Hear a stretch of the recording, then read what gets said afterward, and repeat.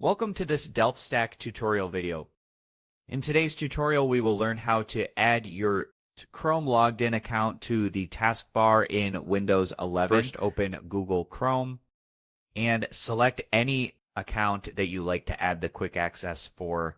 Let's say, for example, I want to add quick access to this account. Click on the three dot and click on Edit. Scroll down until you find an option called Create. Desktop shortcut and toggle this on. As you can see, mine is already on now. After creating a shortcut, just right click on it and select Pin to start.